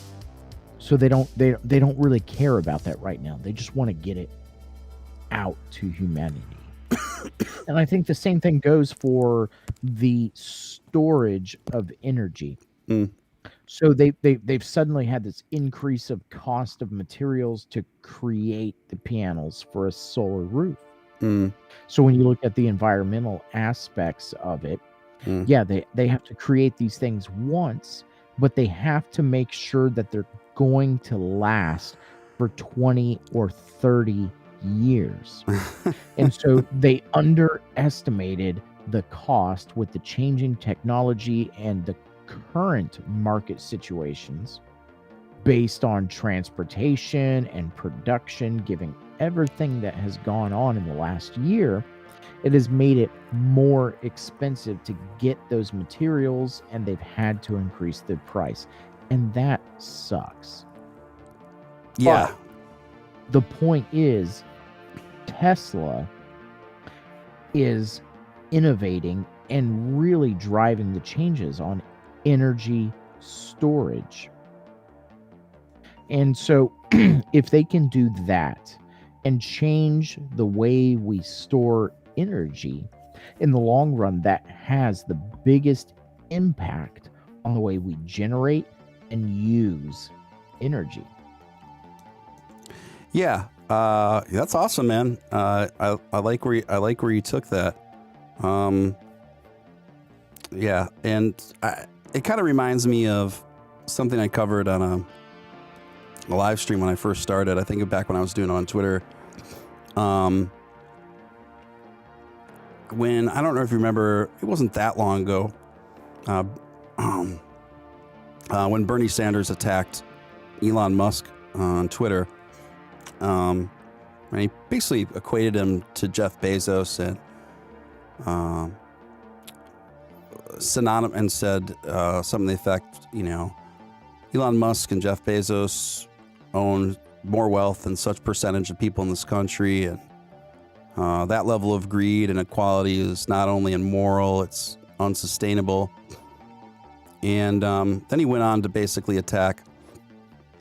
respond again after Elon responded to him, basically saying how ridiculous it was that Elon Musk was spending all this money and resources on space travel when people still need basic needs here on Earth. And I don't really think, with all due respect, I don't think Bernie Sanders really understood. First of all, to equate Elon Musk to Jeff Bezos, aside from the fact that they're both filthy rich, other than that, they're very different people with very different objectives and pretty different perspectives too, and priorities. So another thing I don't think Bernie Sanders really put together on this one, and there are things I like about the guy, don't be wrong, but we need to seize this opportunity for somebody that has the IQ and capacity and innovative gifts and resources that somebody like Elon Musk has while we're still on the planet, because there are so many breakthrough medical technologies and modern convenience technologies that we have discovered through specifically through space exploration. And yeah, absolutely. I mean, come on, that's where we got Velcro from. Yeah. How many people know that? Velcro came from space technology. Yeah. And the list goes on. There's let me just see if I can look this up on a web browser. Space technology. I don't even know how it discoveries. Innovation from space research. Yeah, innovation, space technology, innovations. Results. Storage of. I mean, there's storage of food, creation of food from, let's call it less than organic resources, right? Creating food with limited resources. Yeah. There's so many adaptations that have come from that. Right. And Elon Musk is driving most of those things, right? Right. So he's trying to put a colony on Mars. There's so many things that go into that of, first we've got to figure out what are the elements available there. Right. And then, and so, jokingly enough with DOGECOIN, right? So if we get a colony on Mars, what's the transactional resource that we use if we have people on there? Like, if you think all the way back to 16th, 17th century, the barter system eventually evolved into what we have now, because in the very early days of humanity, if I needed some a cauldron to cook my soup, I would go to the blacksmith, or if I needed a sword to defend my home, I'd go to the blacksmith, and he would say, "Oh, great, I'll make that for you. I just need 2 goats and a chicken." Right? And so then, as skills consolidated, and the blacksmith was only in the city, and I lived out in the country, well, I didn't want to take my goats and a chicken all the way out there. So then it evolved to a precious metal coin, where I would give you this in lieu of a goat and a chicken. Right. And so that's where it's come from. And that's where we get to the cryptocurrency of well, I don't want to carry paper money anymore. Mm. Let me transact with you in this digital currency. Mm. And so now we're talking about space travel and how do I move money from interplanetary, right? And so you got Elon Musk jokingly saying, well, it's going to be Dogecoin that we transact with when we're on Mars. Mm. So you can't write that off, you know. Yeah, a really good point. And yeah, you certainly can't. And you know, if I think we've seen more than enough evidence to show that I think Elon is just going to be stubborn about making Dogecoin a staple of society. If anything, just because he's seems very stubborn about just seeing this joke through fruition, you know. And I think it's his way of sticking a middle finger to certain people that he doesn't like. You know, one of those sectors being the SEC and a lot of other segments too that he's expressed distaste for. And so I think it's another way of him kind of being able to stir the pot in some amusing ways. And it also is a problem. It also solves a problem. So I think if we're all just keep exercising patience with Dogecoin, not that it's required a lot of patience lately, that I think Doge to $1 is inevitable. It's just a matter of what timeline we're talking about here. So speaking of which, we are in the biggest retracement of the night right now, dropping 24 cents, about 24 and a half cents right now. Looks like it's going to keep falling. This could be potentially a good buying window opportunity. What do you think? Yeah, I mean, if you're looking at the charts, you know, so I've got my screen up and I've got my fib chart on, and we have not crossed below that 22 mark. We came all the way down to 22 twice, and we've gone up above 26 twice, and now we're just starting to move just a little bit lower. And so this next hour is going to be probably the indicator, or you know, it's gonna give us the sign of what it wants to do. If it's going to go down and bounce off 22 again, third hour in a row. I like to look at the 4-hour candles versus the 1 hour for good indicators. So one more hour, if we bounce off that 22 again, we're holding here and we're going higher.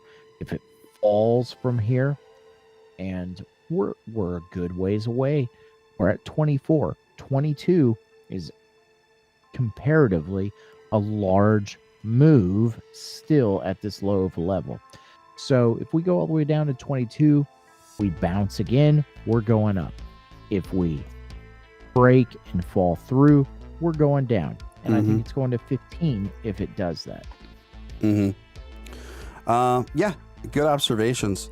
Well, Dr. Crypto, I don't think I'm going to be on too much longer, but I'd really like to thank you for spending all this time with me tonight. This has been it's been really great. I'm going to put your you guys, if you want to follow Dr. Crypto, I'm going to put his Twitter link in the chat again. Just give me a moment.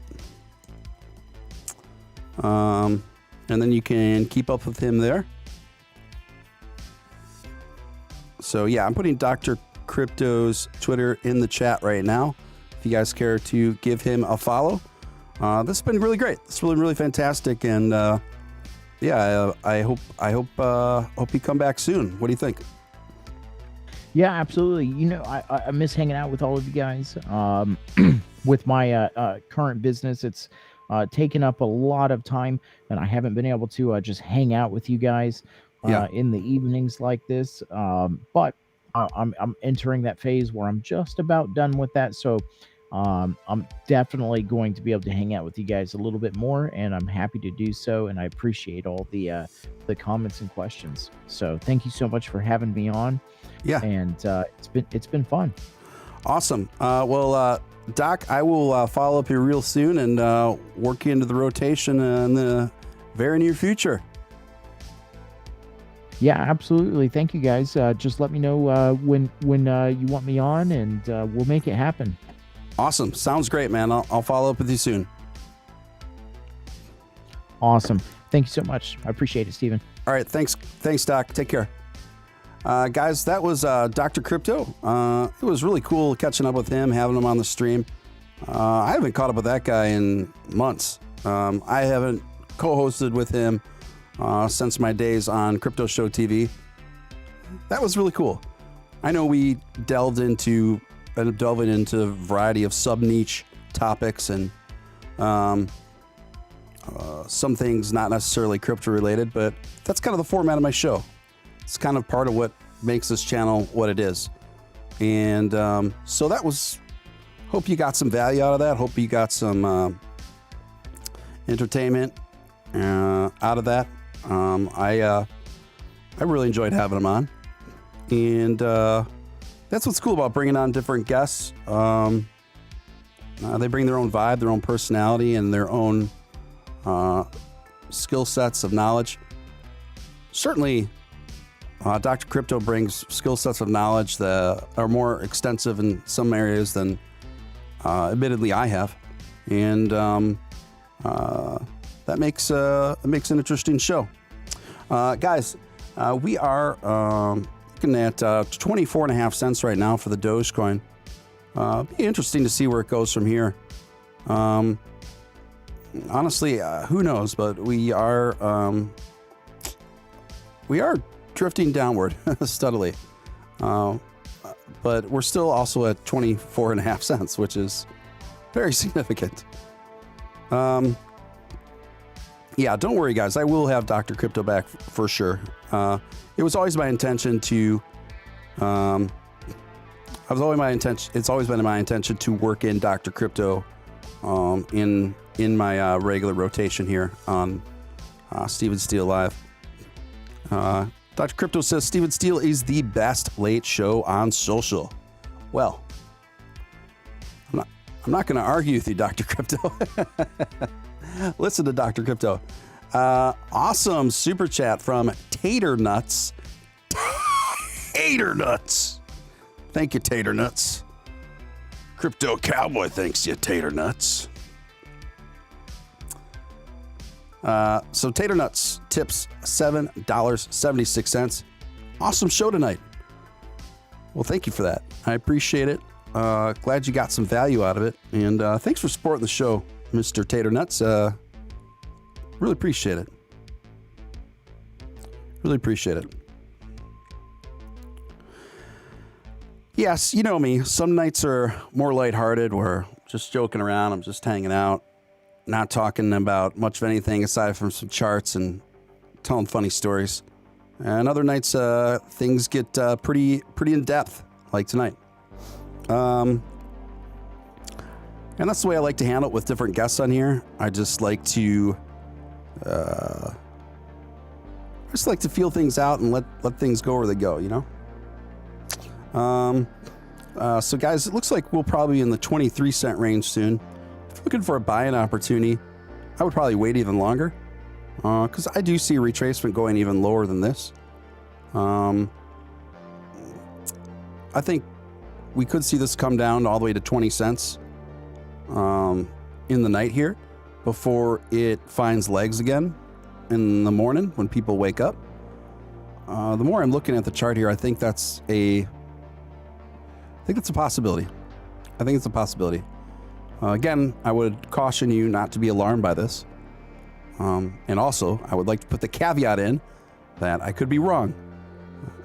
Given recent events in the last 72 hours, this Doge chart has certainly behaved in a very atypical manner. So keep that in mind as well, folks.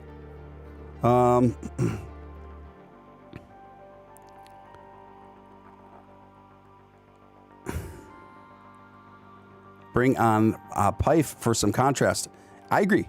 I like to have a variety of guests on here with a variety of personalities. I'd like to have Pythony on here. I tried bringing her on more spontaneously one night, but she needs more of a heads up on stuff. So we just got to plan it. We just got to line it up. We'll figure it out. We'll figure it out.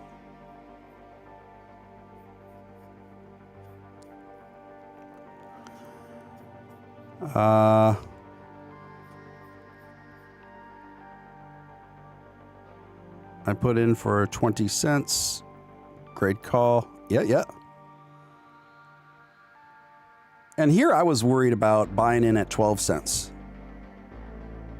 I put in $500 of Doge at 12 cents and $500 of Doge at 10 cents.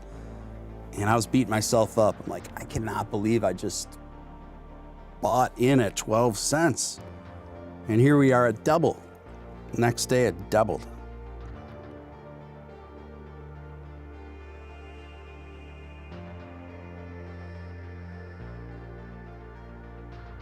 Incredible, guys. Incredible.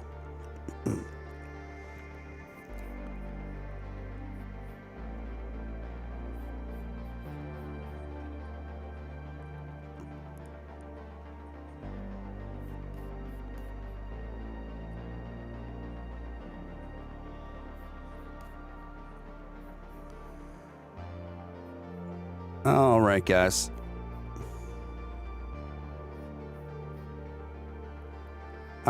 Let's see here.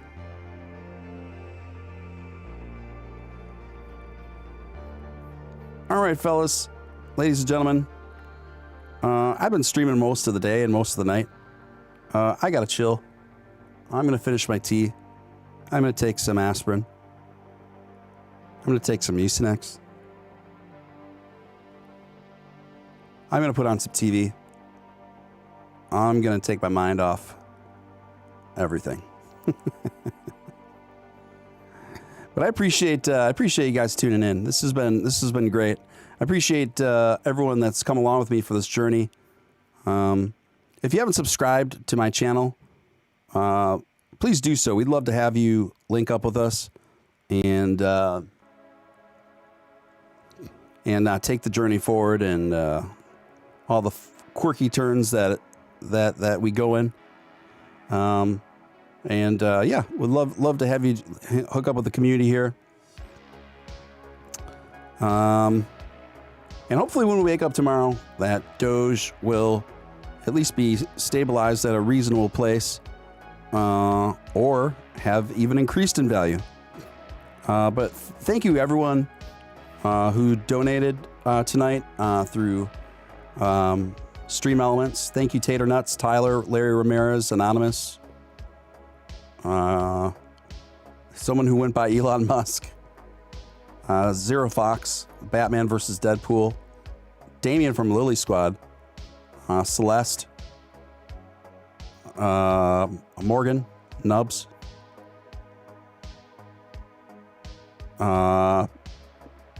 thank you so much. Appreciate it. Appreciate the support. And that's all I got, folks.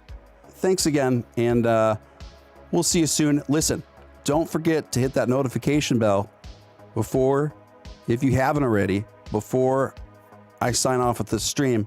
That way you never have to wonder when I'm live again, and it makes it easier for everyone. It makes it easier for everyone. Anyway, guys, you guys have been a fantastic audience, and I'll talk to you real soon. Take it easy. Over and out.